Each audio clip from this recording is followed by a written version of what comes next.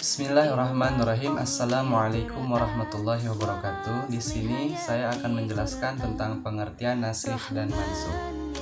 Nasikh adalah bentuk isim fa'il dan mansukh adalah bentuk isim maf'ul yang merupakan bentuk perubahan dari kata nasakh. Nah, sedangkan nasakh adalah bentuk masdar dari kata nasakho. Nah, adapun nasikh juga yaitu dalil kemudian yang menghapus dalil yang telah ada. Sedangkan mansukh adalah dalil atau hukum yang dibatalkan, dihapus atau dipindahkan. Dan kata nasakh juga memiliki banyak makna, yaitu menghilangkan. Yang pertama menghilangkan, dalam bahasa Arabnya al-izalah, sebagaimana terdapat dalam Quran surat Al-Baqarah ayat 106 yang berbunyi A'udzubillahi minasyaitonirrajim ma nansakh min ayatin aw nunsiha na'ti bi khairin minha aw mithliha alam ta'lam annallaha ala kulli syai'in qadir, yang artinya ayat mana saja yang kami hapus atau kami hilangkan dari ingatan, pasti kami ganti dengan yang lebih baik atau yang sebanding dengannya. Tidakkah kamu tahu bahwa Allah Maha Kuasa atas segala sesuatu? Surah Al-Baqarah ayat 106. Definisi ini merupakan definisi yang paling umum dan paling mendekati kepada kebenaran. Dan sedangkan yang kedua, yaitu arti dari nasakh, yaitu menggantikan, dalam bahasa Arabnya al-tabdil, sebagaimana terdapat dalam Al-Quran surat An-Nahl ayat 101 yang artinya, dan apabila kami mengganti ayat yang satu dengan ayat yang lainnya. Dan adapun makna dari nasakh itu yang ketiga, mengutip atau memindahkan, dalam bahasa Arabnya an-naql, seperti dalam kalimat nasakhotul kitab, berarti saya mengutip isi buku. Dan dalam Al-Quran surah Al-Jasiyah ayat 29 yang artinya, sesungguhnya kami menyuruh untuk menasakh apa yang kalian dulu kerjakan. Maksudnya, kami Allah memindahkan amal perbuatan ke dalam lembaran-lembaran catatan amal. Nah, sedangkan menurut istilah, nasikh dan mansukh adalah mengangkat atau menghapus sesuatu dan menetapkan yang lain pada tempatnya. Dalam kalimat lainnya, nasikh dan mansukh juga yang ialah mengangkat atau menghilangkan hukum syara dengan hukum syara yang lain. Nah, kata hukum di sini menunjukkan prinsip bahwa segala sesuatu hukum asalnya adalah boleh tidak termasuk yang Selanjutnya saya akan membahas pendapat ulama tentang nasakh dan mansukh. Pendapat ulama tentang nasakh dan mansukh. Dalam Al-Quran terjadi perbedaan di kalangan ulama tentang nasikh dan mansukh. Sumber perbedaan pendapat tersebut adalah berawal dari pemahaman mereka tentang ayat Quran surah An-Nisa ayat 82 yang mengandung prinsip yang diyakinkan kebenarannya oleh setiap muslim. Namun mereka berbeda pendapat dalam menghadapi ayat-ayat Al-Quran yang secara zahir menunjukkan kontradiksi.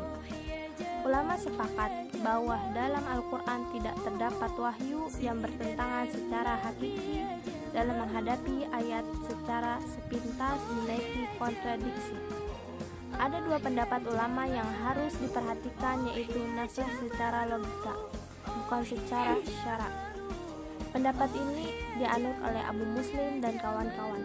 Menurut kelompok ini, apabila ada ayat yang secara sepintas dinilai kontradiksi, tidak diselesaikan dengan jalan nasakh, tetapi dengan jalan takhsis. Menurut Abu Muslim dan kawan-kawan, Al-Quran dan syariat yang muhkam tidak ada yang mansukh. Bagi ulama yang menolak nasakh beranggapan bahwa pembatalan hukum yang telah diturunkan Allah adalah mustahil. Sebab jika ada pembatalan hukum yang telah diturunkan, berarti akan muncul dua pemahaman paling kurang, yaitu satu, Allah tidak tahu kejadian yang akan datang sehingga dia perlu mengganti suatu hukum dengan hukum yang lain. 2. Jika itu dilakukan berarti dia melakukan kekuasaan permainan belaka. Tugasnya bahwa Abu Muslim Al-Asfahani tidak sependapat atau tidak setuju dengan adanya nasakh baik secara garis besar maupun secara terperinci. Ya, baik teman-teman, saya akan melanjutkan menjelaskan tentang bentuk dan contoh nakis mansukh. Yang pertama adalah nakis maksud yang dilihat dari nas yang maksud. Yang pertama adalah nas yang maksud hukumnya namun lafaz tetap. Contohnya terdapat pada Quran surat Al-Anfal ayat 65 dan hukumnya dihapus oleh Quran surat Al-Anfal ayat 66. Yang kedua adalah nas yang maksud lafaznya namun hukum tetap. Contohnya terdapat pada Quran surat An-Nur ayat 2 dan kemudian nasnya dinaskan oleh sebuah riwayat dari Umar dan Ubay tentang ayat rajam. Yang ketiga ialah nas yang maksud hukumnya dan lafaznya terdapat pada hadis riwayat Muslim nomor 1452. Yang kedua adalah nas yang nakis atau menghapus. Yang pertama adalah Al-Quran yang menghapus dengan Al-Quran. Contohnya seperti yang ada pada Al-Anfal pada ayat 65 yang dimangkus dengan Al-Anfal ayat 66. Yang kedua ialah Al-Quran yang dimangkus dengan Sunnah. Ini ada contohnya ada pada Quran surat Al-An'am ayat 145 yang dimangkuskan oleh riwayat hadis tentang kaudaijin yang diharamkan. Ketiga adalah as-sunnah yang dimangkus dengan Al-Quran, terdapat pada syariat salat menghadap Baitul Maqdis yang dihapuskan dengan firman Allah pada surat Al-Baqarah ayat 144. Yang keempat adalah as-sunnah yang dimangkus dengan as-sunnah. Contohnya pada hadis riwayat Muslim nomor 977. Selanjutnya adalah nas yang berhubungan dengan kejelasan atau kecakupan. Yang pertama adalah nas sari, contohnya pada sebuah pernyataan Nabi tentang melarangnya zina kubur. Yang kedua ialah nas ini, contohnya terdapat pada Al-Quran surat Al-Baqarah ayat 180 yang kemudian datang tentang wasiat, kemudian datanglah penjelasan Allah tentang hal tawaris pada surat An-Nisa ayat 11. Yang ketiga adalah nas qoli yang tentang iddah perempuan pada Quran surat Al-Baqarah ayat 240 kemudian dibatalkan jadi 4 bulan pada Quran surat Al-Baqarah ayat 234. Kemudian ada nas juzi, contohnya pada Quran surat An-Nur ayat 4 yang diganti dengan surat yang sama yaitu pada Quran surat An-Nur ayat ke-6. Sekian. Iya, baik teman-teman, selanjutnya saya akan menjelaskan tentang faidah nasikh dan mansukh. Ilmu nasikh dan mansukh merupakan ilmu yang memiliki fungsi dan juga manfaat yang sangat besar untuk para tokoh ilmu, terutama para fuqaha, para mufassir dan juga para ahli usul. Berikut merupakan faidah-faidah ilmu nasikh dan mansukh. Yang pertama yaitu menjadikan suatu hukum menjadi lebih baik lagi ataupun setara dengan hukum-hukum yang sebelumnya. Yang kedua yaitu memelihara kepentingan hamba dan juga menjaga kemaslahatan hamba, karena tidak mungkin suatu hukum dibuat kecuali untuk menopang kemaslahatan dan juga kepentingan hamba. Yang ketiga yaitu untuk menguji umat Islam apakah ia akan tetap taat, apakah ia akan tetap beriman pada perubahan-perubahan yang ada.